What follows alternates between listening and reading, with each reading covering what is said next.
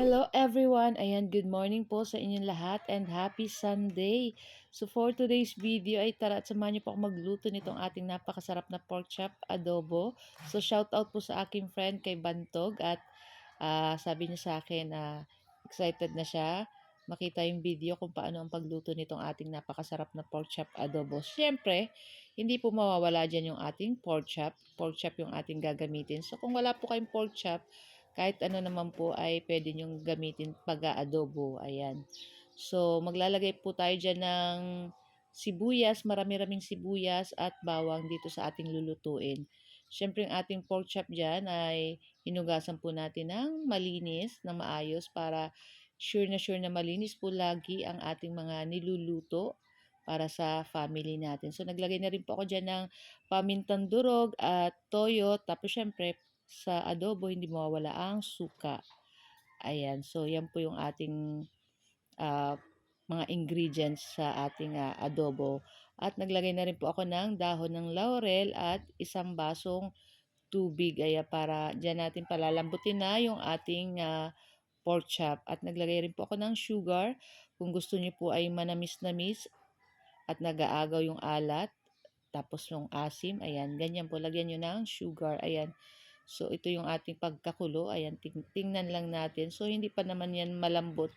Lulutuin pa natin yan ng ilang minuto. Ayan.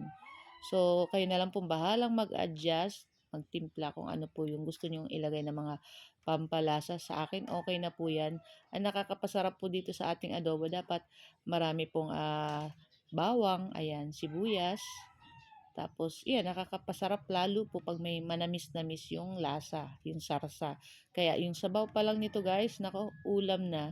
Kaya, i-ready nyo na ang isang kalderong kanin nyo at magsaing kayo ng marami-rami pag ganito yung ulam at talagang ubos yan pag ganito po mga ulam. Ayan, favorite po yan ng aking 3 sons, mga ganitong klaseng ulam na manamis-namis. Ayan, sabaw pa lang ay talagang swabing-swabe na solve ka na dyan.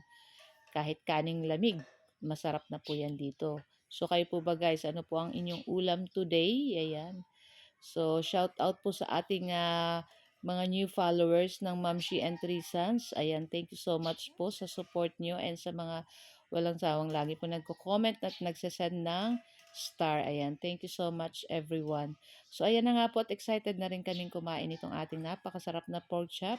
So, guys, ito lang po ang aming video today at sana po ay nag-enjoy kayo. Huwag niyo po sanang kalimutan mag-like, comment, at pa-share na rin po ng ating video. At kung bago pa lang po kayo sa aming page, sa aming channel, huwag niyo po sanang kalimutan mag-like, follow, at mag-subscribe para palagi po kayong updated sa aming mga bagong video na i-upload. So tara na guys!